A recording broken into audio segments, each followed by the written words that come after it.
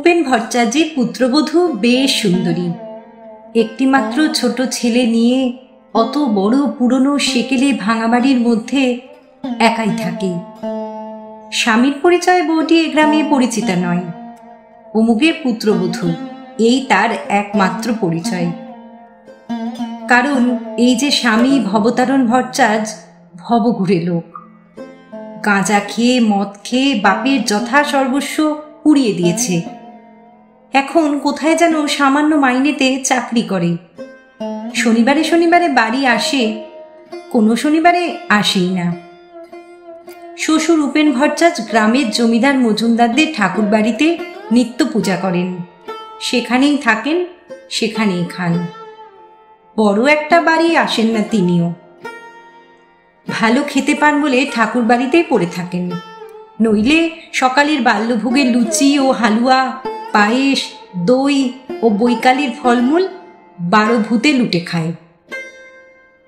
কোনো কোনো দিন সন্ধ্যার দিকে তিনি বাড়ি আসেন, হাতে একটা ছোট্ট পুটুলি, তাতে প্রসাদী লুচি ও মিষ্টি, ফলমূল, একটু বা ক্ষীরের ছাঁচ থাকে।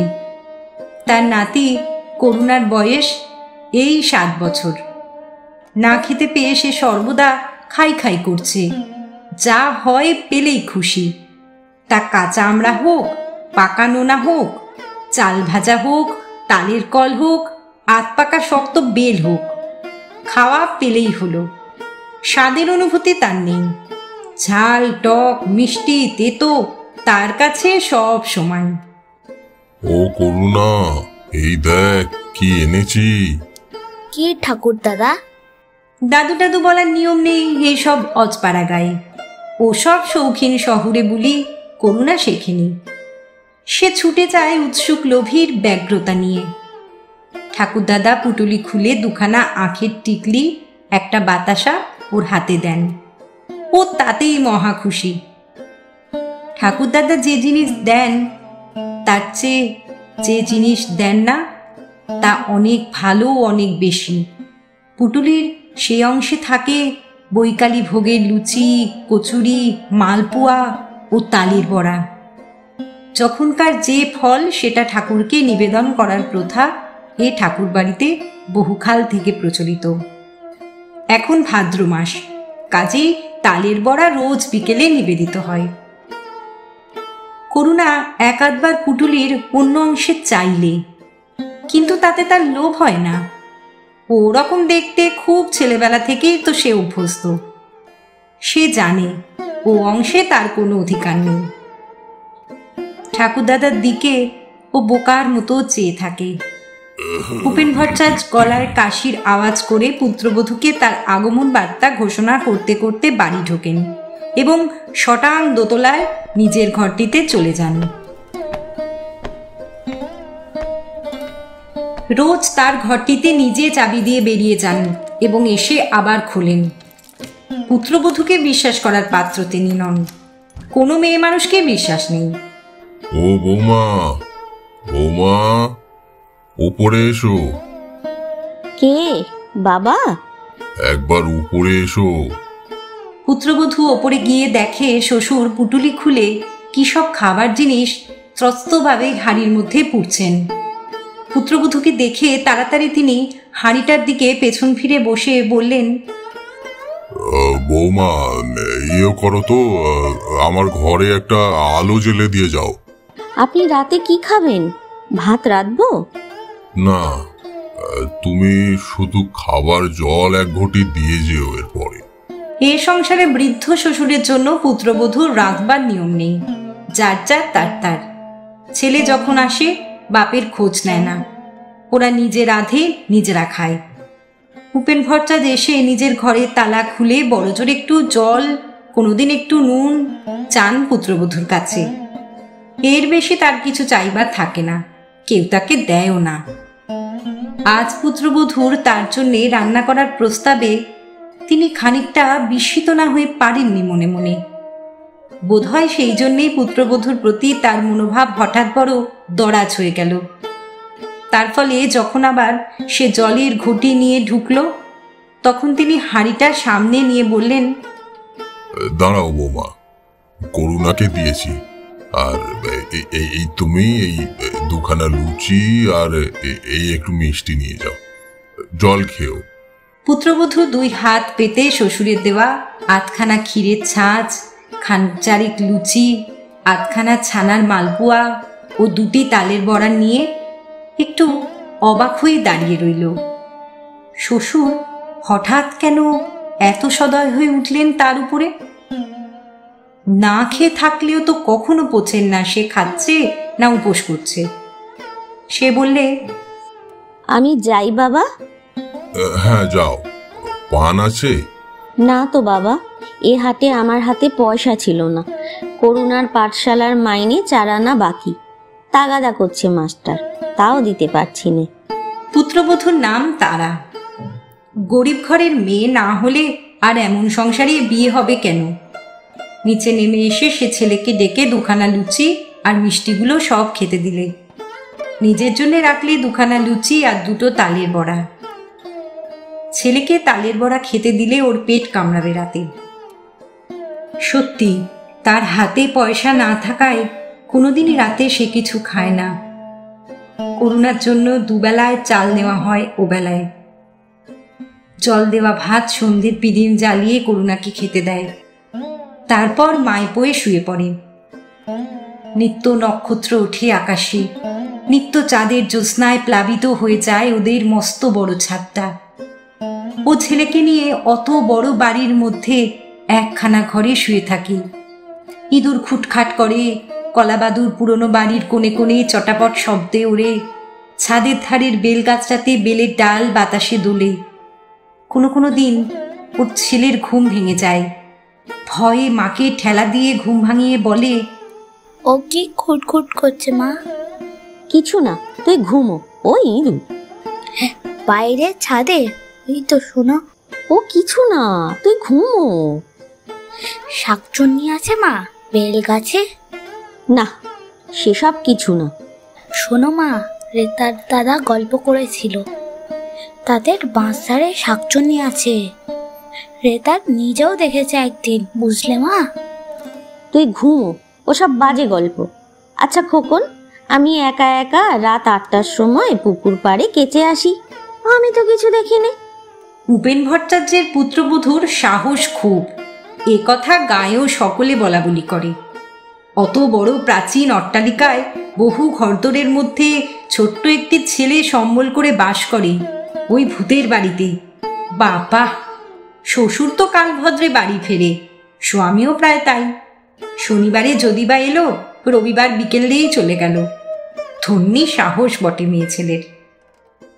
কেউ কেউ বলে, মেয়ে মানুষের ভাই যাই বলো, অতটা সাহস ভালো না।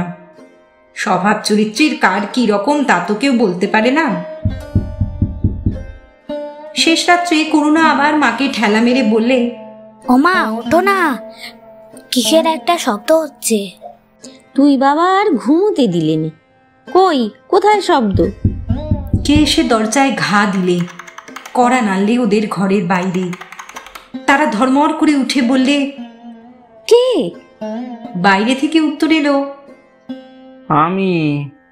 দোর খোলো। করুণা ভয়ে কাঠ হয়ে গিয়েছিল। হঠাৎ সে খুশিতে চেঁচিয়ে উঠল প্রায়। ও বাবা! তারা তাড়াতাড়ি উঠে গিয়ে খিল খুলে দিয়ে একগাল হেসে বললে, এসো এসো, একেবারে শেষ রাত্রিরে, ভালো আছো? হ্যাঁ, বাস খারাপ হয়ে গিয়েছিল রাস্তায়, আসতে যা কষ্ট হয়েছে। তালপুকুরে মাঠের মধ্যে বাস খারাপ হয়ে দাঁড়িয়ে রইল রাত 10টা থেকে। এই খানিকটা আগে তখন চললে। তুমি হাত মুখ ধো, জল গামলায় আছে, গাড়ুতেও আছে। আমি ভাত চড়াই। ভাত?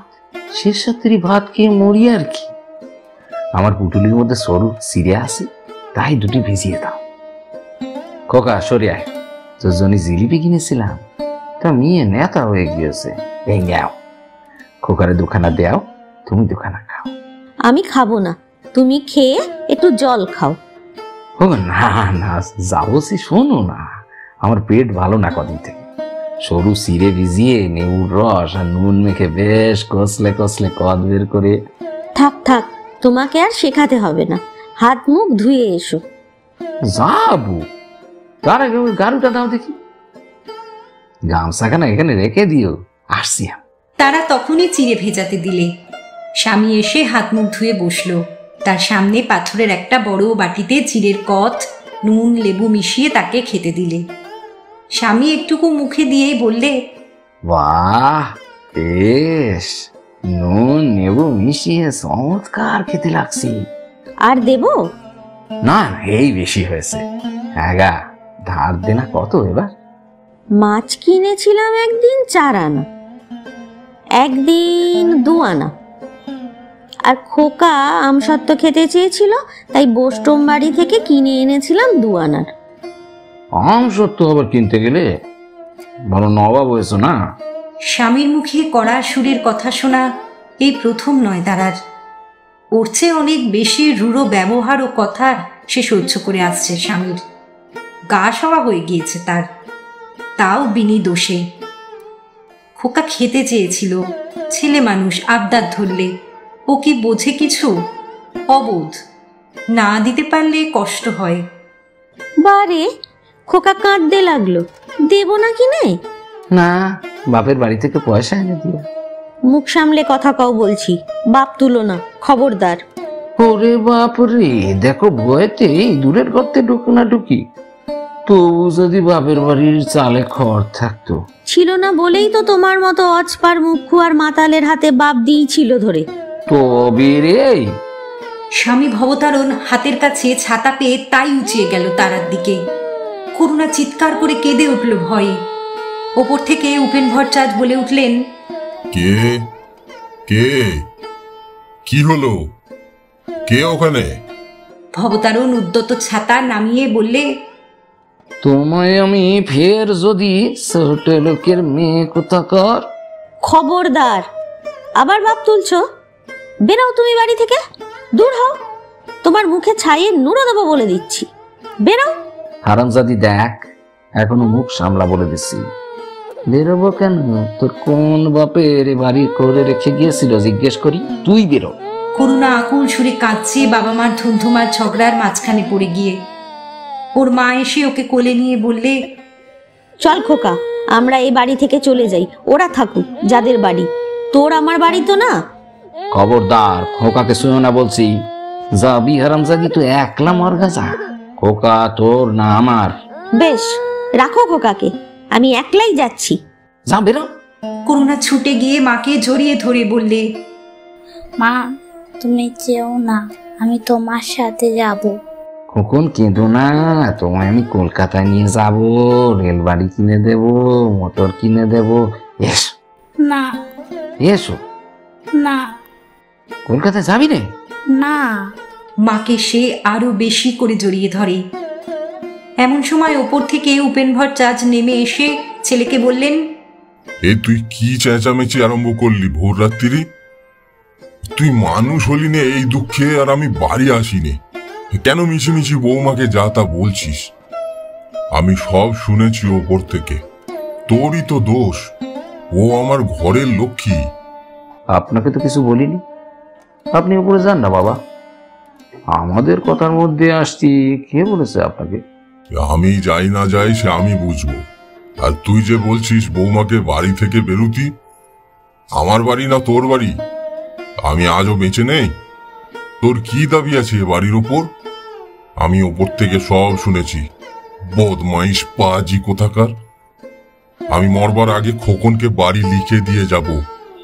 কালই যাচ্ছি আমি সদরে, বৌমাকে উসি করে যাব। তোমার বাড়ির আশা ঘুচিয়ে তবে আমার কাজ। হত ছাড়া বদমাইশ কোথাকার। রাত দুপুরের সময় এসে উনি ঘরের বউকে বলবেন বেরো বেরো। মুরদ নেই এক কড়ায়। হ্যাঁ রে হারামজাদা, ওই ভদ্রলোকের মেয়ে সারা মাস কি খায় তার কোনো হদিস তুই রাখিস? না কেউ রাখে? বেরো বলতে লজ্জা করে না? এসো তো খোকন, এসো। চলো বৌমা, উপরের ঘরে চলো। তারা ঘুমটা টেনে দিয়েছিল শ্বশুর আসবার সঙ্গে সঙ্গেই। সে ফিসফিস করে খোকনকে কি বললে। খোকন বললে, ঠাকুর দাদা, তুমি ওপরে যাও, মা বলছে। ভবতারণ সাহস পেয়ে বললে, আমি তাড়িয়ে দেওয়ার কথা আগে মুখে এনেছেই না আপনার গুণধর বৌমা? জিজ্ঞেস করুন তো, কে আগে কাকে বেরিয়ে যাওয়ার কথা বলেছে? হ্যাঁ খোকা, বলো তো। আপনার বৌমাই বললে না আমাকে বেরিয়ে যেতে? কেন, ওর বাবার বাড়ি? হ্যাঁ, ওর বাবার বাড়ি, আলবত ওর বাবার বাড়ি। হারামজাদা, ফের যদি তুমি ওসব কথা মুখে এনেছো তবে তোমাকে আমি। উপেন ভট্টাচার্য উপরে উঠে চলে গেলেন। ভবতারণ চুপ করে বসে রইল তক্তপোষের এক কোণে। খানিকক্ষণ সবাই চুপচাপ। হঠাৎ ভবতারণ উঠে জামার পকেট হাতড়ে একখানা 2 টাকার নোট বার করে স্ত্রীর দিকে ছুঁড়ে দিয়ে বললে, এই দিলাম, ধার দেনা শোধ দিও, আমি এখনই চললাম। দেশলাই কে নিল আমার? খোকন, দেশলাইটা ওই রয়েছে, দে তো। একটা বিড়ি ধরিয়ে নিয়ে ভবতারণ জামা গায়ে দিতে দিতে বললে, এসেছিলাম অনেক আশা করে, তাই এবারই আমি থাকবো না, এখানে আমার পোষাবে না। বুঝলাম, কেউ যখন আমাকে দেখতে পারে না, এ বাড়িতে খাওয়া হলো না, শরীরটাও খারাপ, তা হোক যাবই, আর আসছি নেই। দেখ কখন যাবি কলকাতায়, চল আমার সঙ্গে, মোটর কিনে দেবো, লবণ সুস কিনে দেবো। করুণা নিরুত্তর। যাবি? না। এসো আমার সোনা, আমার মানি, চলো আমার সঙ্গে।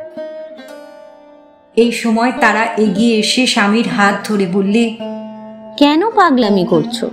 বসো, এখনো অন্ধকার রয়েছে, এখন কোথায় যাবে? ছি! সারো হাত। ঝটকা মেরে ভবতারণ হাত ছাড়িয়ে নিলে। তোমার মতো ইতরের সঙ্গে আমি কথা বলিনি, আমি খোকনের সাথে কথা বলছি। রাগ করে না? ছি! ফের আবার, এবার কিন্তু ভালো হবে না বলছি, খবরদার আমার গা শুনো না। আচ্ছা, ছোবো না, বসো ওখানে। ফের কথা বলে, খোকন ও খোকন, যাবি আমার সঙ্গে? আয় আয়, কখনো যদি এ বইটিতে পদার্পণ করি তবে আমার। করুণা মায়ের পিছনে গিয়ে লুকিয়ে আছে, তার কোনো সাড়া পাওয়া গেল না। সকালবেলা বেশ রোদ উঠেছে। তারা স্বামীকে 2খানা পেঁপের টুকরো হাতে দিয়ে বললে, খাও, পেট ঠান্ডা হবে। ভবতারণ এই ঘুমিয়ে উঠেছে, চোখ ভারী ভারী। পেঁপের রেকাবি হাতে নিয়ে বললে, উনি কোথায়? ওপরে। যাবেন না? তা কি জানি। খাবেন? উনি কবে খান? কাল সন্ধ্যের সময় এলেন, বললাম ভাত রেঁধে দিই, উনি বললেন না। পেঁপে আর আসে, দিয়ে এসো না ওনারে। সে তুমি বললে তবে দেব, সে দিয়ে এসেছি, তুমি তখন ঘুমিয়ে। দিও, বুড়ো মানুষ। সে তোমাকে শেখাতে হবে না। খোকন ও খোকন, শোন। ও খেয়েছে, ওকে ডাকছো কেন? তুমি খেয়ে ফেলো, তোমার পেট ঠান্ডা হবে পেঁপে খেলে। হ্যাঁ গো, এখন কেমন মনে হচ্ছে? এখনো কোনো চোখ যায়নি, ভাতে জল দিয়ে নুন নেবু দিয়ে তাই খাবো। তেল দাও, নিয়ে আসি। করুণা বাপের কাছে এসে বললে, কি বাবা? এই নে খা। আহা, কেন আবার? তুমি খাও। এই সময় উপেন ভট্টাচার্য খড়ম পায়ে দিয়ে ওপর থেকে নেমে এলেন। কে? ভবতারণ, ভালো পেঁপে, খা। বৌমা, আমি আসি, ওখানেই খাবো। ভবতারণ, আজ আছিস তো? ভবতারণ দাঁড়িয়ে উঠে বললে, না বাবা, ওবেলা চলে যাব। আপনি আসবেন না ওবেলা? আচ্ছা আচ্ছা, তুই যাবার আগে আমি ফিরে আসবো। আমি। এই সময় তারা ফিসফিস সরিয়ে কি বললে স্বামীকে। ভবতারণ ডেকে বললে, বাবা। কি? এবেলা এখানে দুটো খাবেন, আপনার বৌমা বলেছে। কই মাছ আনতে যাচ্ছি, বাঁধলে একসঙ্গে বসে অনেকদিন খাইনি, কেমন? উপেন ভট্টাচার্য সম্মতি জ্ঞাপন করে রোয়াক থেকে উঠোনে পা দিলেন। কি ভেবে এসে আবার বসলেন রোয়াকে। পুত্রবধূ বললে, তামাক সেজে দেব? দাও দেখি। ছেলে ভবতারণ নিজেই তামাক সেজে নিয়ে এলো। বৃদ্ধ উপেন ভট্টাচার্য চোখ বুজে হুকোয় টান দিতে দিতে চিন্তা করতে লাগলেন। এমন সকালবেলা কতকাল আসেনি তার জীবনে। স্ত্রী মারা গিয়েছে আজ বোধ হয় 20 বছর। ভবতারণ তখন 11 বছরের বালক। তারপর থেকেই ছন্ন ছাড়া সংসার জীবন চলছে। আটসাট নেই কোনো বিষয়ে কারো। তার উপরে দারিদ্র তো আছেই। হাতে পয়সা ছিল না বলেই ভবতারণকে লেখাপড়া শেখাতে পারেননি। লেখাপড়া শেখালে অত খারাপ হতো না সে। অবহেলিত পুত্রের প্রতি উপেন ভট্টাচার্যের মায়া হলো। কাল অত বকুনি দেওয়াটা উচিত হয়নি। ভবতারণ বাড়ি ফিরে এলো 8টার সময়। স্ত্রীকে বললে, দেখো কারে বলে শ্বশুরে কই, আধ পয় নামও নেই, ওপরে 1 পোয়া 500 টাকা। বাবাকে দেখাও। এই দেখুন। বাহ বাহ, কত করে সের নিলে? 3.5 টাকা। তা হবে, যুদ্ধের সময় ছিল ভালো। দিন দিন যা হয়ে উঠল। অনেক দিন পরে পুত্র ও পুত্রবধূর সেবা যত্ন জুটল উপেন ভট্টাচার্যের ভাগ্যে। এমন একসঙ্গে খাওয়া দাওয়া কতকাল হয়নি। তিনি পড়ে থাকেন মজুমদারদের ঠাকুরবাড়িতে পেটের দায়ী। তো ছেলে উপযুক্ত হয়নি, নিজেরই ছেলেটাকে সে খেতে দিতে পারে না। ওদের ভার লাঘব করবার জন্যেই তো তিনি পরের বাড়ি খান। খাওয়া দাওয়ার পর উপেন ভট্টাচার্য দিবানিদ্রা দেবার জন্যে ওপরের ঘরে চলে গেলেন। পুত্রবধূ তামাক সেজেন দিয়ে গেল। আহ, কি আরাম! সব আছে তার, অথচ নেই কিছুই। আজ দিনটা একটা চমৎকার দিন। এমন দিন আবার কবে আসবে? 12 মাসে সজনে গাছে ফুল ফুটেছে, ডালপাতা নড়ছে বর্ষার সজল বাতাসে। ঘুমিয়ে পড়লেন উপেন ভট্টাচার্য। উপেন ভট্টাচার্যের পুত্রবধূও আপন মনে আজ খুব খুশি। ছন্নছাড়া ভাঙা বৃহৎ বাড়ি আজ যেন কার পাদস্পর্শে লক্ষ্মীর সংসারে পরিণত হয়েছে। দোতলায় শ্বশুরকে তামাক সেজে দিতে যাওয়ার সময় এই কথাই তার মনে হচ্ছিল। তার আছে সবাই, শ্বশুর, স্বামী, পুত্র, যা চায় মেয়েরা। এত বড় বাড়ি, চাচল্যমান সংসার যাকে বলে। ওদের সকলের পাতে পাতে ভাত মাছ দিয়ে আজ কত সুখ পেয়েছে সে। ওদের খাইয়ে সুখ। ভাবতে ভাবতে সেও ঘুমিয়ে পড়ল। ভবতারণ অন্যদিন খেয়ে দিয়ে আড্ডা দিতে বেরোয় রায়পাড়ার হরু রায়ের নাতি অমূল্য রায়ের ওখানে। স্থলপথে যাত্রী দুজনেই। দুপুরের পর ভরা পেটে মৌতাত জমে ভালো। আজ কিন্তু সে বাইরে গেল না। স্ত্রীকে ঘুমোতে দেখে সে মনে মনে ক্রুদ্ধ হলো। কেন, দুটো গল্প করতে কি হয়েছিল? তারাকে কি সে রোজ রোজ পায়? কত কষ্টে থাকে এই বাড়িতে একা। সে নিজে অক্ষম স্বামী, কিছু করবার পথ তার নেই সামনে। সে ভালো হবে ভেবেছে কতবার, কিন্তু তা হবার জন্যে। সে জানে কেন, সঙ্গ বড় খারাপ জিনিস। সে সব বন্ধুদের সঙ্গই তাকে এখানে নামিয়েছে। জলপথ ও স্থলপথ কোনো পথ বাকি রাখেনি। আজকের সংকল্প কাল উড়ে যাবে কর্পূরের মতো। তবু আজকের দিনটি একটা সুন্দর জাকালো শান্ত দিন হয়ে থাক তার জীবনে। তারাকে ঘুম থেকে উঠিয়ে বললে, চা আছে ঘরে, চা করো, বাবাকে দিয়ে এসো, আমি একটু খাই। না, চা খায় না, নেবু আর নুন দিয়ে চিড়েকত করে দিই। স্ত্রী সত্যি তাকে যত্ন করবার চেষ্টা করে। তার অদৃষ্টে নেই, কার কি দোষ। তারা সত্যি ভালো মেয়ে বড্ড। এদিকে দিবানিদ্রা ভেঙে উপেন ভট্টাচার্য সবে উঠেছেন।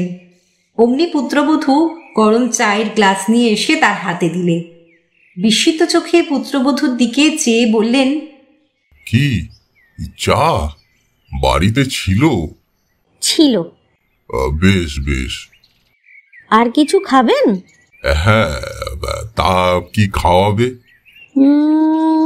বেশ দোভাজা করে চিড়ে ভেজে নারকেল কোড়া দিয়ে নিয়ে এসে দেব। বেশ বেশ। এই কাঁচা লঙ্কা উনি ওই সঙ্গে একটা এনো। আর শোনো, ভবতারণকে আর খোকনকেও দিও। তামাক দেব বাবা?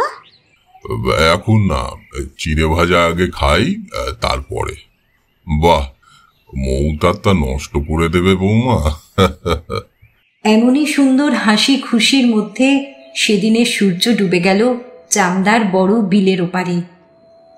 সারাদিন কেউ কোথাও নেই। ভবতারণ চলে গিয়েছে। যা সামান্য 2টি টাকা দিয়ে গিয়েছে তাতে 5 দিনের চালও হবে না। উপেন ভট্টাচার্য গিয়ে উঠেছেন মজুমদারদের ঠাকুর বাড়িতে। একা রয়েছে তার পুত্রবধূ সেই প্রকাণ্ড ভাঙা বাড়িতে ছোট্ট ছেলেকে নিয়ে রাত্রে। আবার কলাবাদুর ওড়ে কড়িকাঠির খোপে খোপে, পেঁচা ডাকে ডুমুর গাছের নির্জন অন্ধকারের মধ্যে। করুণা ঘুমের মধ্যে মাকে বলে, ও কিসের শব্দ মা? ওঠো ওঠো, ওটা কি মা?